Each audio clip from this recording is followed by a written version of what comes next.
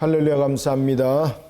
이 시간에 우리가 역대상 26장 본문 32절까지 이것은 잘라서 볼 부분들이 아니고 전부 다 이어서 봐야 됩니다. 그리고 전부 다 간단 구조로 되어 있으니까 뭐 긴 시간까지는 갈 필요가 없을 것 같아요. 그래서 26장 끝까지 다 보겠습니다. 자, 25장은 우리가 이제 앞에 봤던 것처럼 24반열에 대한 찬양대 구조를 이야기를 했다면 이제는 직무와 관련된 조직입니다. 직무와 관련된 조직. 직무와 관련된 조직. 특히 이제 직무와 관련된 조직, 이 조직을 구성하는 것도 마치 24반열을 구성하는 요소 속에서 이 내용들이 전개됩니다. 그러나 이 이제 구조적 측면들이 전부 다 다윗 때 이제 만들어지는 거죠. 그러니까 다윗이 굉장히 그 행정에 또 아마 능했던 것 같습니다. 이런 직무와 관련된 조직, 공동체 조직 속에서 특히 이제 성전의 관리도 보십시오. 성전의 관리 보면은 자, 첫 번째 문지기.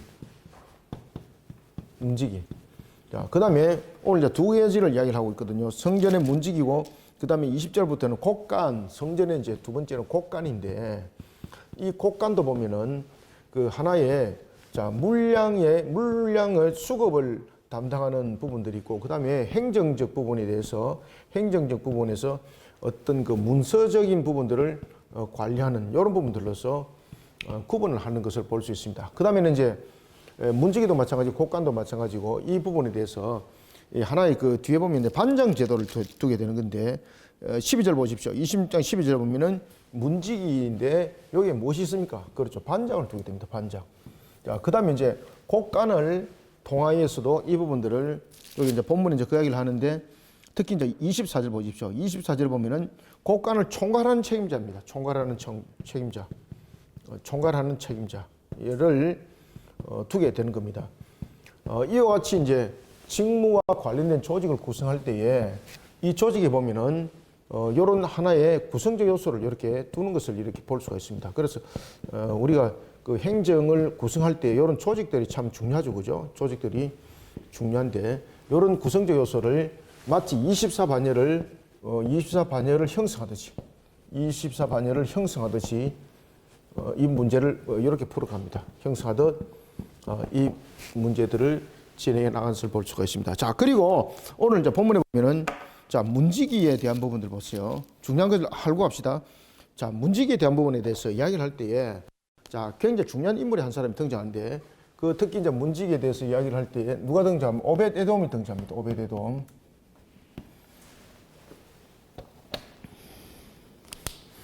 왜 안 나와요, 이게, 잉크가.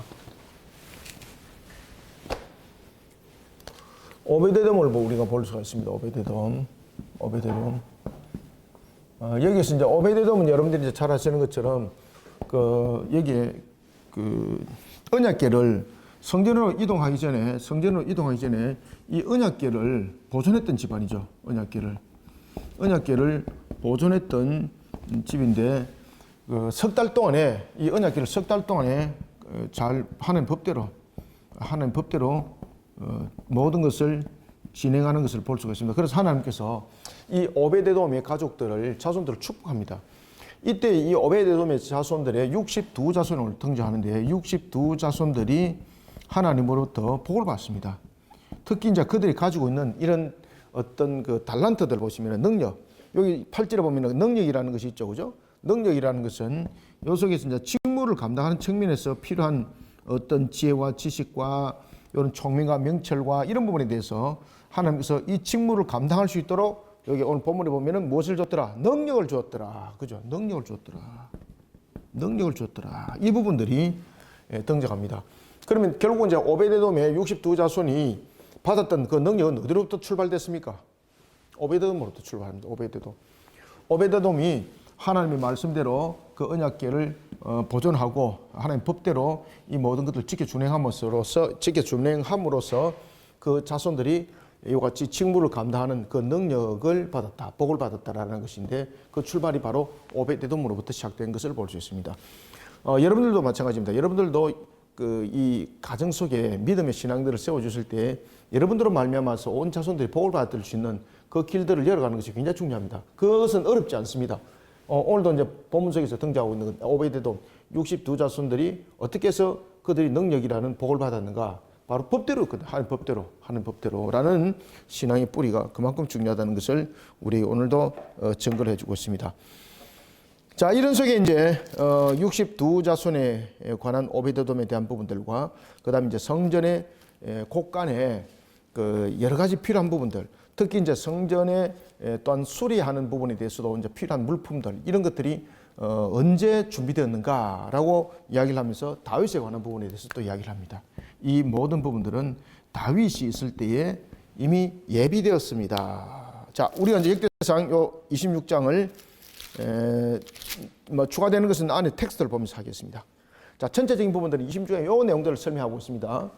자, 안에 이제 텍스트를 봅시다. 그래서 직무와 관련된 조직, 공동체 조직을 어떻게 구성했는가를 내용을 보도록 하겠습니다. 먼저 1절을 봅시다.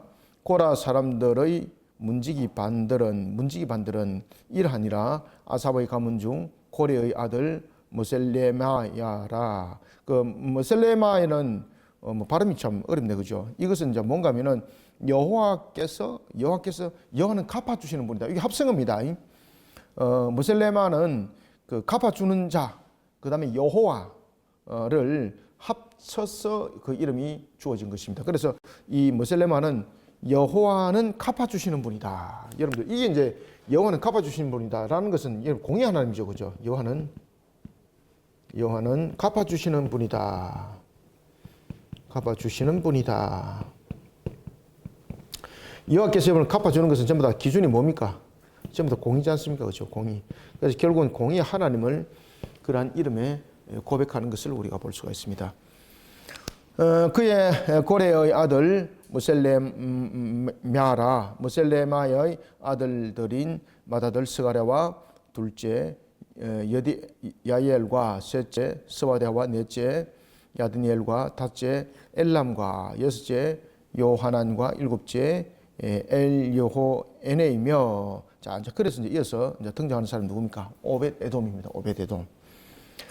자, 여러분들 얘기했습니다. 오벳에돔은 왜 중요하게 등장하겠습니까? 결국은 이제 하나님께서 그렇게 썼다는 이야기입니다. 오벳에돔이 정말로 그 인물로서 부각되었던 것은 결국은 그 다윗이 언약궤를 예루살렘으로 이동하다가 큰 실수를 범하죠, 그죠? 하나님 법대로 이 언약궤를 이동시킨 것이 아니라 새 수레에 담았어.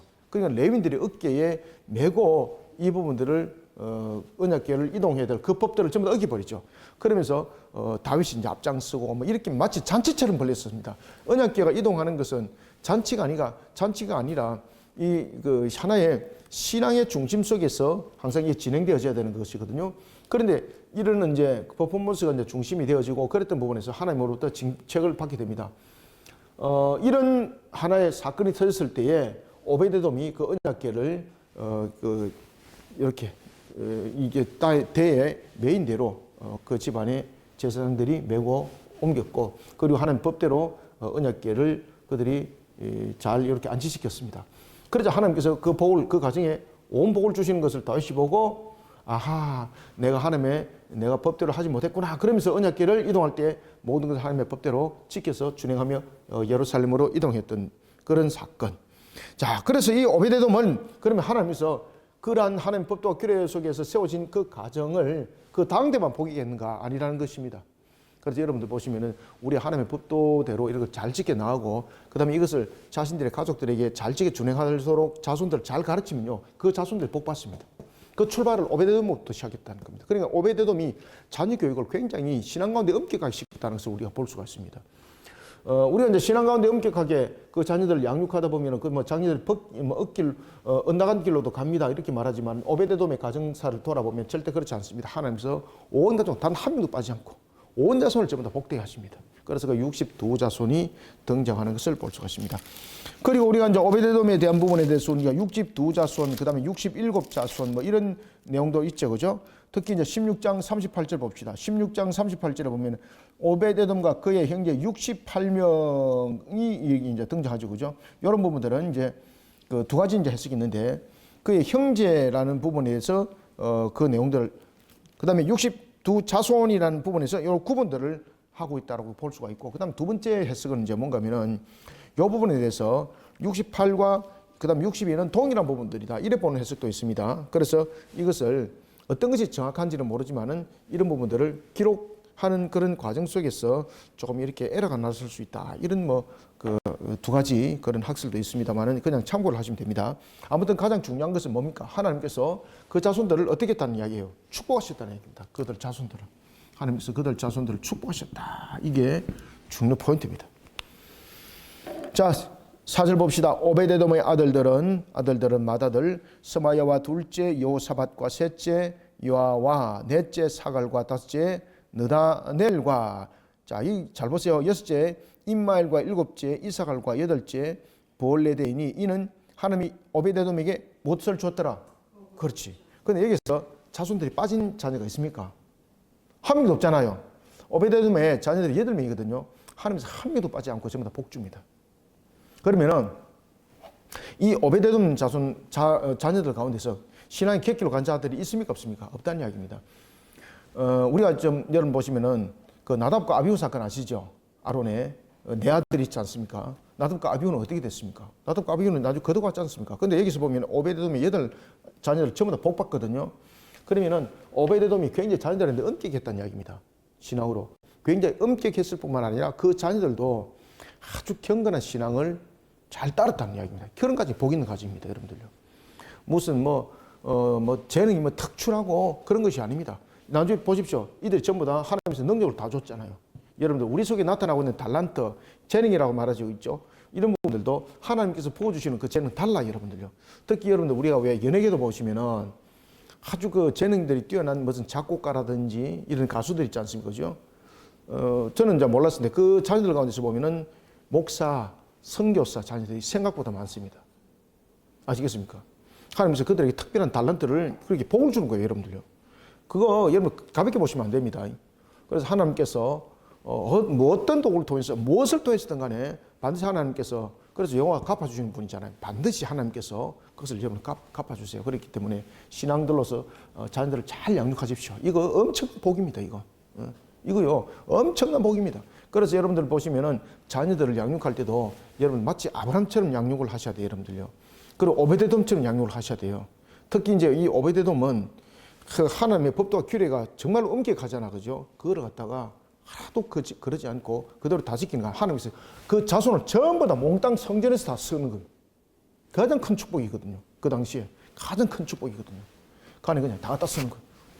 자, 여러분들 우리가 성전에 보면은 특히 이 오베데돔에 대해서도 여러분 자녀들 잘 아셔야 되는데 성전지기도 24반열을 전부 다 구성하거든요.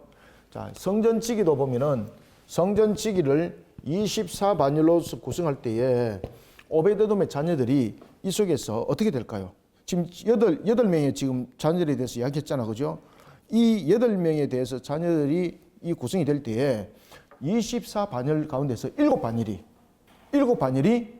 오베데돔의 자녀들입니다. 와, 어마어마한 축복이죠, 그죠? 이거 어마어마한 축복이죠. 그래서 이렇게 복을 받는 겁니다, 여러분들요.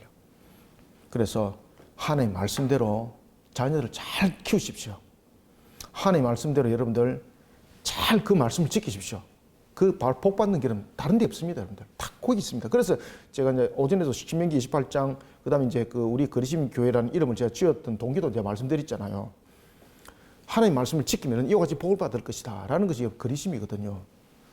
하나님 말씀을 지켜 준행한 속에서 반드시 여러분들 그 속에 하나님의 갚으심이 있어요. 그게 바로 복 받는 길입니다, 여러분들. 오베데돔이 오늘 그게 대표적인 부분 아닙니까? 그래서 5절 하반절에 보면 오베데돔에 복을 주셨습니다. 자, 그러면 여러분 보십시오.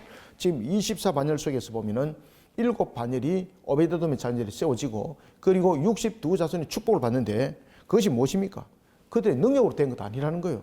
하나님께서 오베데돔의 그 하나님의 법도와 규례를 지키는 것을 보고 복을 주셔서 나타난 결론이에요, 여러분들.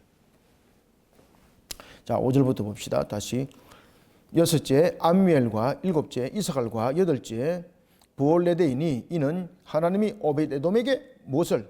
그렇지, 복을 주셨습니다. 그래서 여러분들 하나님의 말씀대로 잘 지키십시오. 신앙을 잘 지키십시오. 이거 복 받는 길입니다.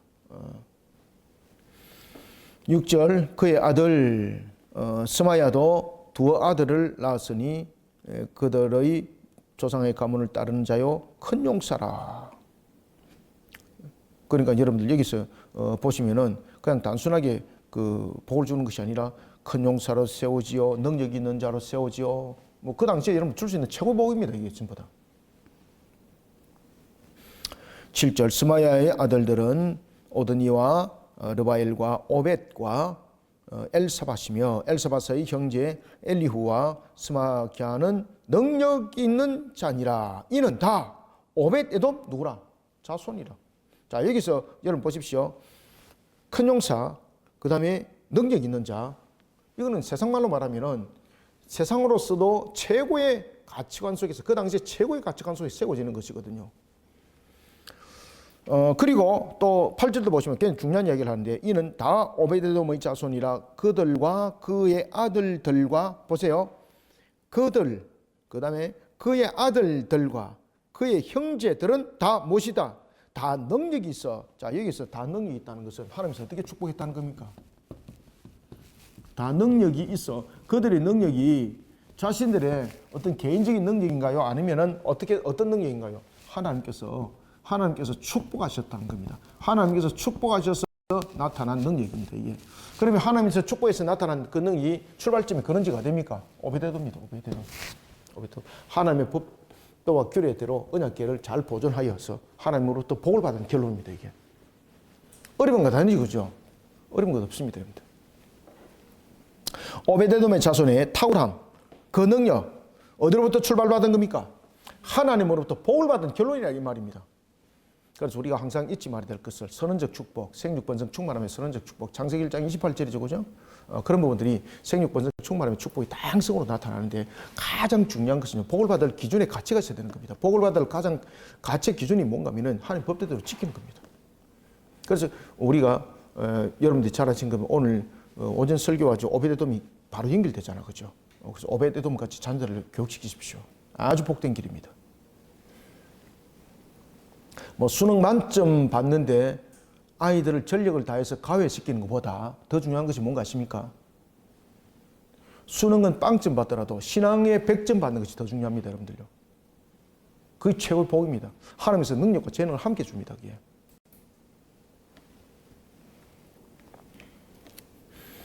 (62) 자손이 복을 받았더라. 성경이 딱 그것을 정리하고 있는 겁니다, 이게 자체가. 자, 9절 봅시다. 그래서 나중에 이제 뒤에 보면은 그 이야기를 쭉 다시 한 번 더 간추려서 또 이야기를 합니다. 자, 9절. 62자손을 복을 받은 이유를 아시겠죠, 그죠? 네, 9절. 또 무셀레미아의 아들과 형제 18명은 능력이 있는 자라. 머라리 자손 중 호세에게도 아들들이 있으니 그의 장자는 시므리라. 시므리는 본래 맏아들이 아니나 그의 아버지가 장자로 삼았고. 자, 여기서 이제 여러분 이제 잘 아셔야 될 것은, 여기에서 이제 고엘이 있는데, 여기 지금 고엘을 이야기를 하고 있거든요. 기업 물을 자. 이게 이제 무슨 이야기인가 하면은, 이게 이제 계대 결혼이 아닙니다, 이거는. 고엘도 보면은 계대 결혼이 있고, 그 다음에 남은 자녀들 가운데서 맏아들 삼는 것이 있습니다. 두 가지가 있습니다. 자, 결혼을 했는데 자녀를 낳지 못했습니다.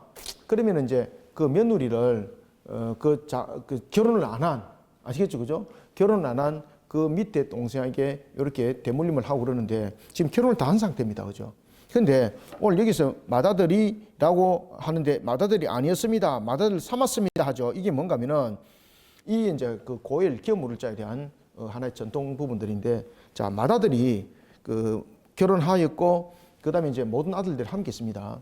근데 맏아들이 후사를 남기지 못하고, 아시겠습니까? 후사를 남기지 못하고 갑자기 이 사망에 이르게 되었습니다. 그러면은 후사를 남기지 못했잖아요. 그 다음에 각각 형제들이 지금 가정을 다 가지고 있잖아요. 이때에 여러분이 잘 아시는 것처럼 그의 며느리를 바로 밑에 동생들을 붙여줄 수가 없는 거잖아, 그죠? 그죠? 이럴 때는 어떻게 하는가 하면은 아버지가 선택을 합니다. 그 남은 아들 가운데서 기업에 물을 수 있는, 다시 말하면은 그때는 장자 다음에 차자가 될 수도 있고, 그 다음에 그 밑에 순서가 될 수도 있어요. 그래서 이것은 특별한 경우인데, 자신의 아버지의 마음에 가장 합한 자를 아버지가 선택을 해요. 선택을 해서 장자로 삼아요. 지금 이해됐습니까? 지금 그 이야기입니다. 이 계대교는 아닙니다. 이거는 아시겠죠? 이것은 고일 상태 중에서 아버지가 선택한 겁니다. 그래서 그의 아버지가 장자로 삼았고라는 거예요. 자, 11절 둘째는 힐기야요, 셋째는 드발리야요, 넷째는 스가랴이니 호사의 아들들과 형제들이 13명이더라. 이상은 다 문지기의 반장으로서 여러분들 24반열 중에서 중심을 이루고 있는 이 반장들이 93명이에요. 93명. 그러면은 여러분 성전 문지기들에 대한 이 반장 제도를 세워서 얼마나 이 성전이 엄격하게 이 관리가 되는지를 아시겠죠, 그죠?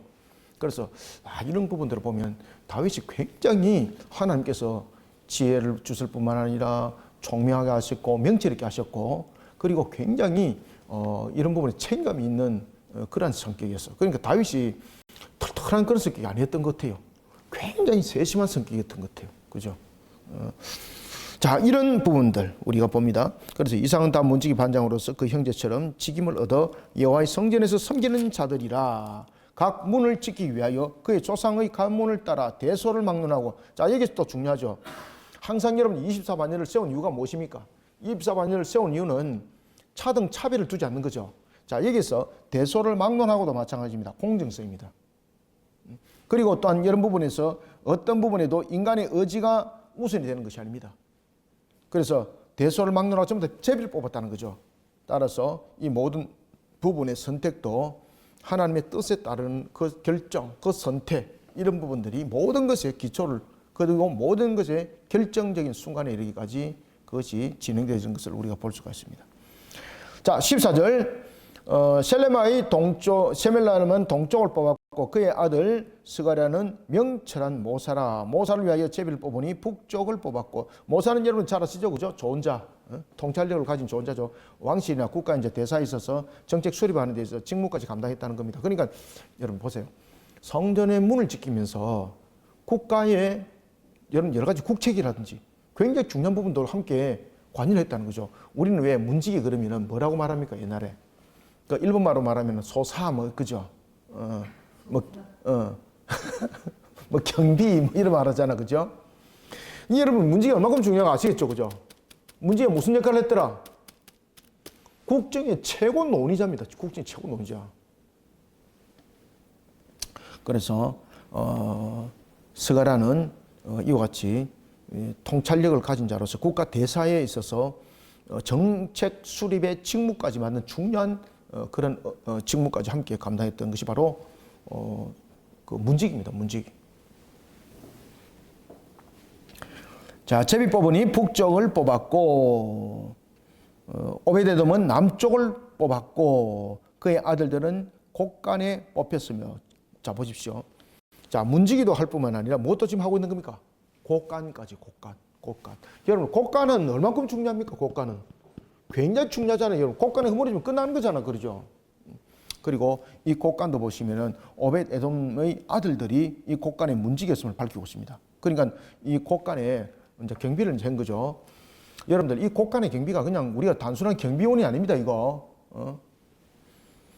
그래서 곡간을 지켰다는 것은 굉장히 중요한 부분들이고 15절의 곡간과 그 다음에 두 개 비교를 합시다. 비교하고 넘어갑시다. 20절에 하나님의 전 곡간. 이거 다르잖아요. 맡은 자가. 자, 여기서 오베데돔은 남쪽을 뽑았고 그의 아들들은 곡간에 뽑혔는데 라고 말할 때 이 곡간은 15절의 곡간은요. 물품에 출납을 하는 겁니다. 출납. 이걸 구분했다는 거죠. 물품을 출납을 하는 곡간이 15절이고 20절은 하나님의 전 곡간은 뭔가 하면요. 이 모든 부분에서 행정을 맡았던 그 관리 업무직입니다. 관리 업무직.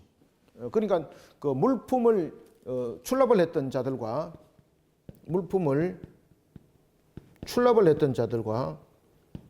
그다음에 이 문서를 가지고 관리 업무를 하는 것을 구분했다는 거죠. 와, 정말로 지금 이거 보면은 완전히 현대판이잖아, 그죠? 그리고 하나는 이런 관리 업무. 이 관리 업무를 했다는 것은 무엇이 있다는 겁니까? 장부가 있다는 이야기죠. 장부. 그 다음에 물품을 출납할 때는 근거를 가지고 출납하는 거죠. 근거. 그래, 이런 행정적 구조를 아주 엄격하게 했다는 겁니다. 특히 이제 성전에서 이런 부분들이 하나도 소홀함이 없이, 누가 막 땡가 먹고 이런 것도 뭐 없이 어떤 것들도 부정함이 없이 이런 부분들이 진행되었다라는 것이 곡간에서 설명합니다.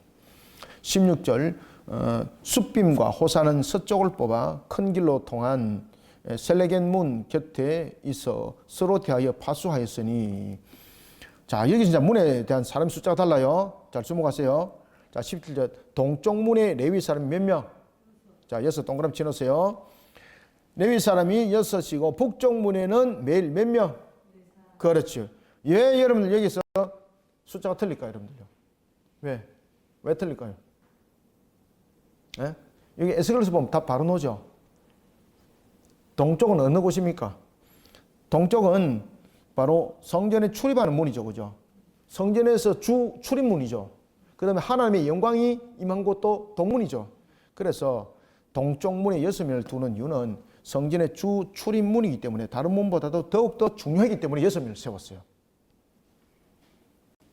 어떤 부분도 빈틈이 생기지 않도록 하기 위해서.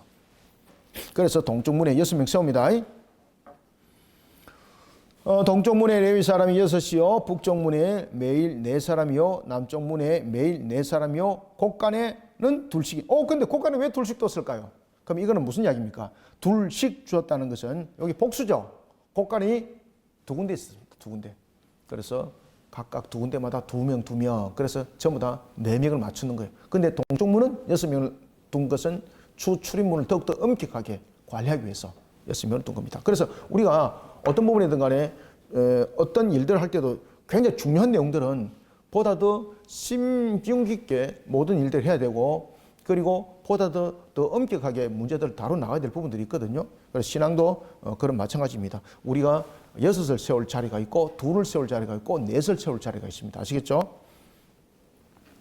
자, 18절. 서쪽 뜰에 있는 큰 길에 4사람이 그리고 뜰에 2사람이라.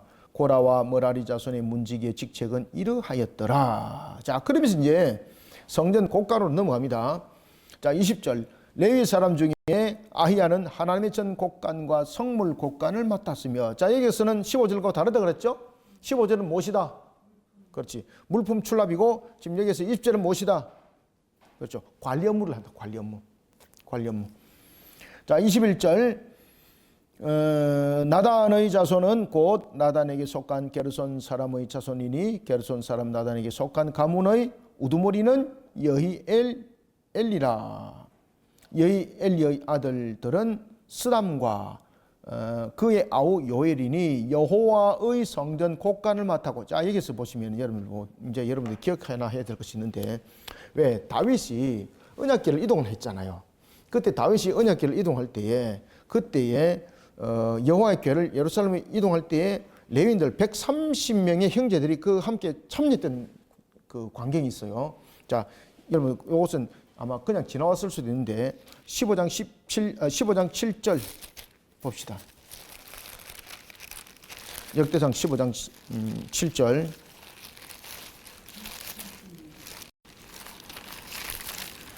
자, 15장 7절. 자, 함께 봅니다. 시작. 게르손 자손 중에 지도자 요엘과 그의 형제 몇 명? 그렇죠. 130명이. 자, 여기서 누가 등장합니까? 요엘이 등장하죠. 자, 요엘이 누군가면은 바로 다윗이 여호와의 궤를 예루살렘으로 이동할 때에 형제 130인과 함께 참석한 인물입니다. 여기서. 요엘이니 여호와의 성전 곡간을 맡았고. 그래서 여러분들 여기서 보면은 이제 곡간을 맡은 사람들, 이런 중요한 인물들을 보면은 전부 다 지도자급들이에요. 전부 다 대표 지도자급. 23절. 아므람 자손과 아스알 자손과 헤브론 자손과 우시엘 자손 중에 모세의 아들 게르솜의 자손 스베엘은 곡간을 맡았고. 자, 여기서 여러분 보시면은 곡간을 지금 맡았다는 부분에 대해서, 자, 20절, 21절도 보면 곡간을 맡은 데서 이야기하죠. 그죠? 그 다음에 또 24절에도 보면, 또 곡간을 맡은 이야기 또 하죠. 사람들. 지금 중복되는 거잖아요. 이게 무슨 이야기겠습니까? 자, 21절과 22절에 보면은 인물들이 좀 다른데, 이것은 뭔가 하면은 지금 21절의 부분에 대해서는 이 부분들을 맡은, 우리가 왜 보면은 결제를 할 때에 여기 보면은 뭐 부장이 있고 여기 보면은 뭐 상무가 있고 뭐 이런 거 있지 않습니까? 바로 지위입니다. 지위. 그래서 여기서 말하고 있는 지금 그 내용들, 특히 이제 여기서 24절에서 말하고 있는 여기에서 곡간을 맡은 사람들은요, 곡간을 총괄했던 책임자입니다. 총괄했던 책임자. 그러니까 다시 말하면은 지금 이제 21절에 있는 내용보다도 더 높은 단계입니다. 더 높은 단계. 모세의 아들 게르솜의 자손 스브엘은 곡간을 맡았고라는 것은 총괄했던 자, 곡간을 총괄한 자입니다. 그러니까 여러분 보십시오. 이 모든 부분들 행정을 굉장히 타이트하게 하죠, 그죠? 마치 한 국가를 다스리듯이에요, 이게. 니만 맡아서 해봐라 이것이 아니에요. 마치 성전을 한 국가의 중요 체계를 구성하듯이 굉장히 조직적으로 내용들을 구성하는 걸 볼 수가 있습니다. 그래서 하나님의 나라의 개념을 이 시험부터 담고 있어요, 이게. 이해됐죠, 그죠?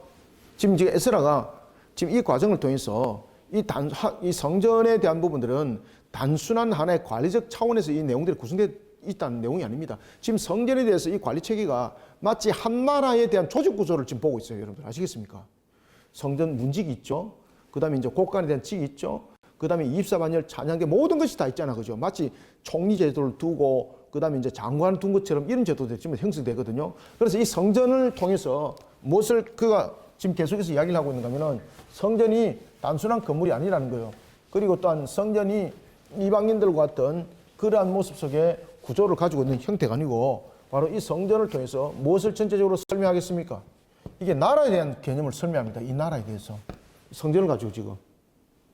하나님 나라에 대해서 이야기합니다. 이게. 하나님 나라. 그래서 성전의 조직적 구조를 통해서 하나님 나라를 설명합니다. 지금. 자, 봅시다. 25절. 그의 형제 곧 엘리에셀에게서 난 자는 그의 아들 르하랴와 그의 아들 여사야와 그의 아들 요람과 그의 아들 시그리와 그의 아들 슬로못이라. 이 슬로못과 그의 형제는 성물의 모든 곡간을 맡았으며 곧 다윗 왕과 가문의 우두머리와 천부장과 백부장과 군대의 모든 지휘관이 구별하여 드린 성물이라. 자, 보십시오. 이제 군대 장관도 등장하잖아, 그죠? 군대 장관들이 구별하여 드렸던 성물이더라. 자, 여기에서 보면은 이스라엘 공동체 모든 지도자들이 지금 합심해서 하나님께 성물을 드리는 일에 지금 앞장서고 있죠. 자, 그래서 하나님의 나라의 모든 것이 지금 하나님 나라의 모든 것의 중심점이 지금 어디입니까? 성전입니다. 성전. 하나님 나라의 모든 구심점, 중심점이 어디라는 이야기입니까? 성전이라는 겁니다. 성전. 그래서 성전이 무너지니 하나님 나라가 무너지고 성전이 무너지니 이스라엘의 멸망인 거예요, 여러분들요. 그래서 이 성전을 통해서 지금 하나님 나라를 지금 설명하고 있습니다. 하나님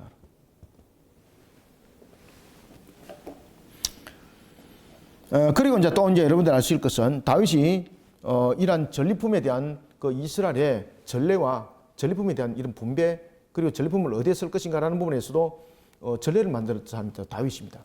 그가 이 전리품을 성전의 하나의 그 예비비로 사용하도록 모든 것을 이렇게 선례를 만들었던 사람이 바로 다윗입니다. 지금 그 이야기도 합니다. 지금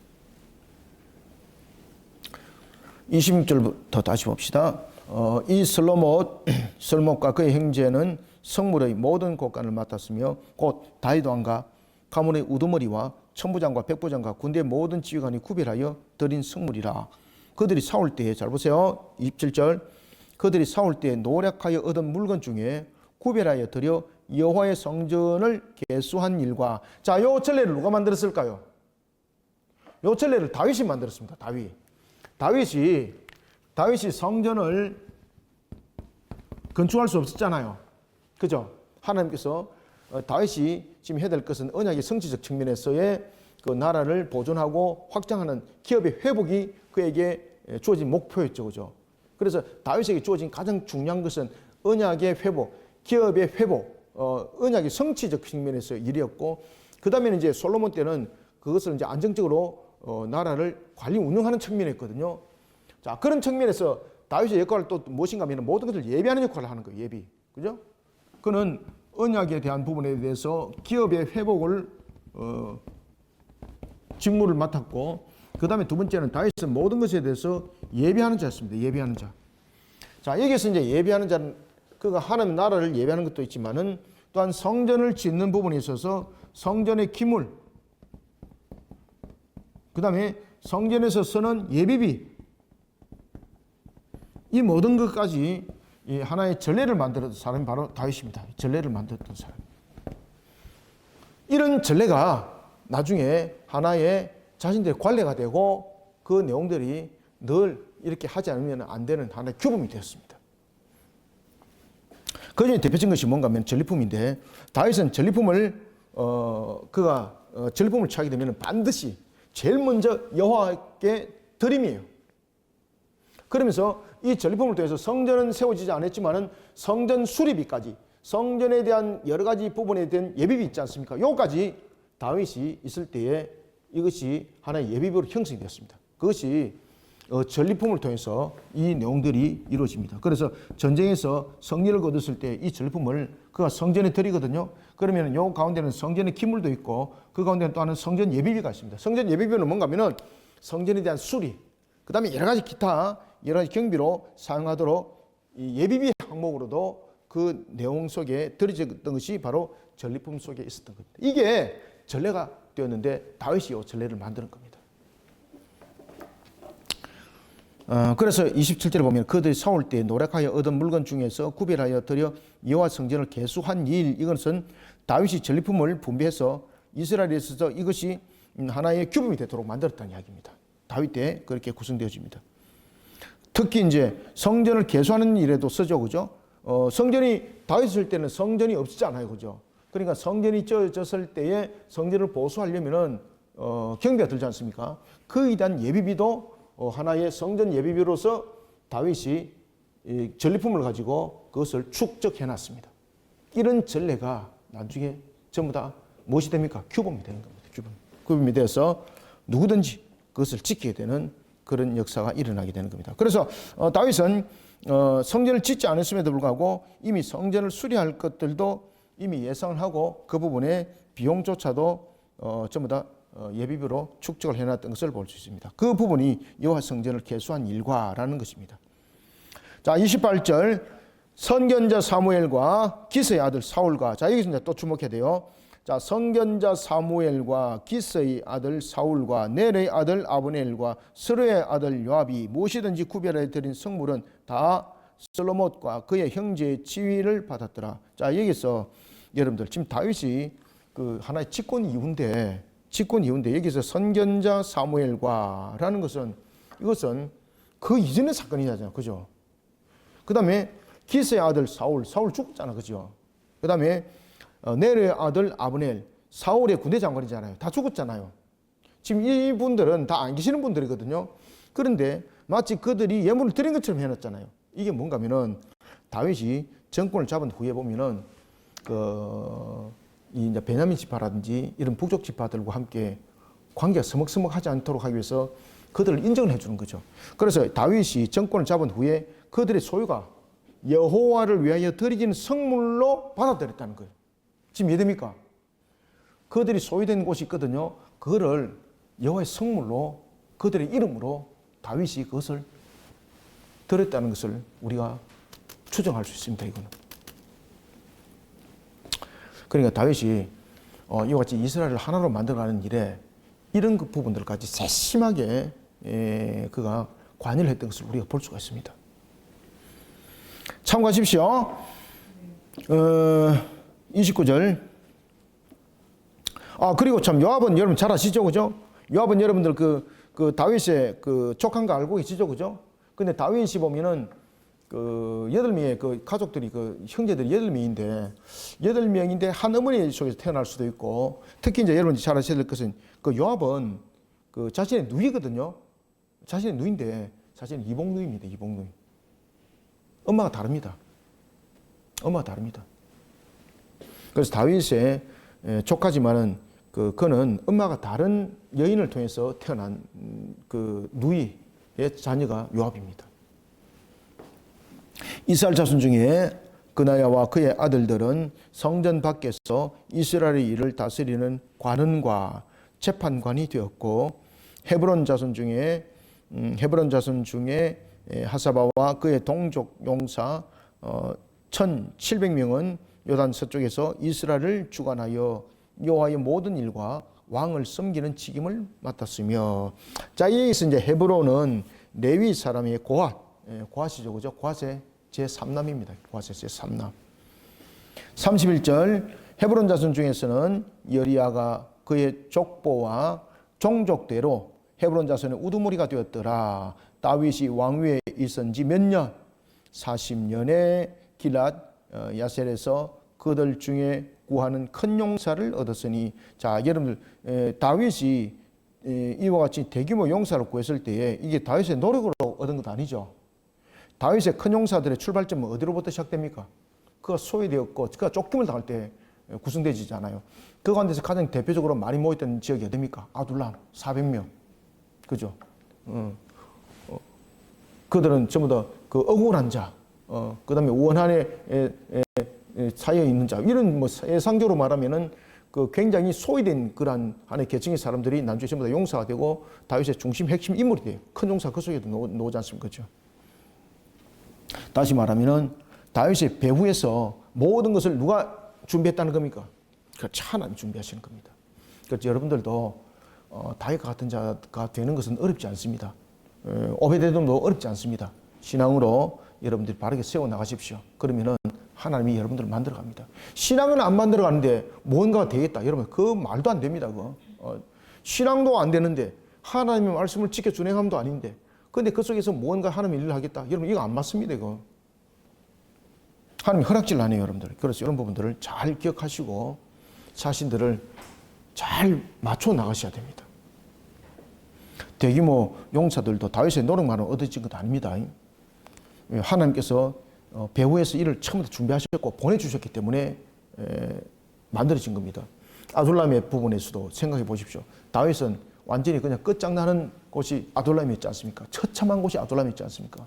자신의 고향 사람 10사람이 신고하고 말이지 밀고 하니까 도망갈 때 어디 숨을 데가 없어서 간 곳이 아둘람, 그 굴에 숨은 거거든요. 그런데 하나님께서 그곳을 통해서 어떻게 합니까? 다윗을 다윗에게 만들어 버린다니까요. 그때 다윗은 아무것도 없었습니다. 그는 하나님께 엎드린 신앙밖에 없었습니다. 그런데 하나님께서 그 신앙을 보고 다윗에게 정말 억울한 자, 그 다음에 헐벗은 자, 그 다음에 원한에 사로잡힌 자를 차라리 보내줘서 그 자들은 세상 속에서도 보면은 어떤 혜택을 받을 수 있는 사람이 아니잖아요. 그런데 그들을 통해서 하나님께서 다윗을 일으켜요. 여러분들. 자 32절 그의 형제 중 2700명이 다 용사요 가문의 우두머리라. 다윗 왕이 그들로 로벤과 갓과 므낫세 반지파를 주관하여 하나님의 모든 일과 왕의 일을 다스리게 하였더라. 아멘. 보십시오.